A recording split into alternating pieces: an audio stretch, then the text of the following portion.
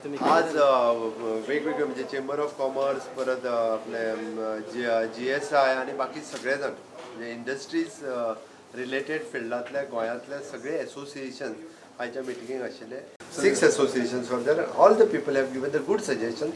Definitely will come to conclusion. For the additional revenue generation, काही revenue GSTs काही प्रमाणात जो टॅप जातालो किंवा काही प्रमाणात लोक भरी नाशिल्ले. On behalf of the real estate, we have given a suggestion, but we have requested for tinkering with a reduction of stamp duty and registration charges. On behalf of the tourism industry, we have informed or we have requested the government to be very strict and firm on the unorganized sector.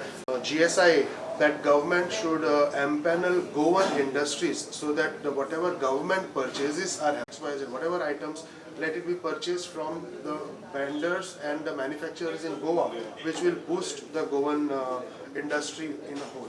In the tourism industry, a lot of bookings are done on this online sites.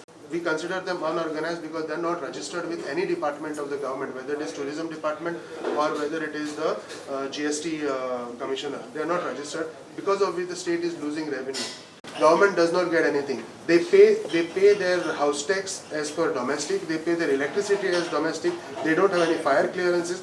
And Chief Minister is assured that he is forming the task force immediately with all the government departments to put this at rest and get them under the purview of organized sector.